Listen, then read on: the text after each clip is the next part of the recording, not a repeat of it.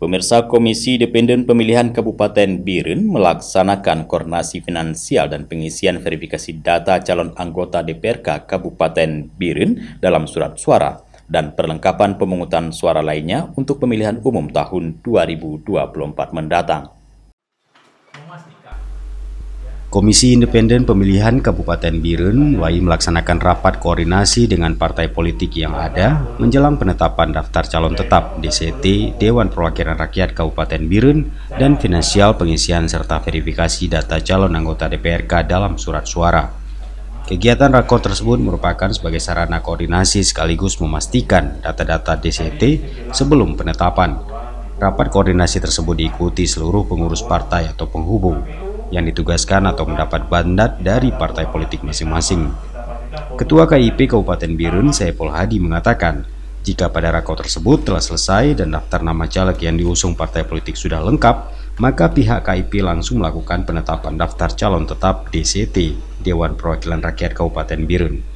Menurut Ketua KIP, tahapan pemilu membutuhkan langkah-langkah koordinasi guna memastikan data yang masuk dalam DCT anggota DPRK Kabupaten Biren sesuai dengan prinsip-prinsip dalam pencalonan. Sedang melakukan verifikasi dan finalisasi draft untuk surat suara Dewan Perwakilan Kabupaten Biren. Dan hari ini kita mengundang semua pimpinan partai politik ataupun yang mewakili partai politik, serta juga disaksikan oleh Panwas dan Musbida Kabupaten Biren. Hadir semua, 21 partai politik hadir.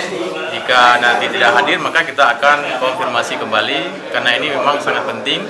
Mereka, pimpinan partai politik, harus melakukan approval pada akan surat suara ke depannya.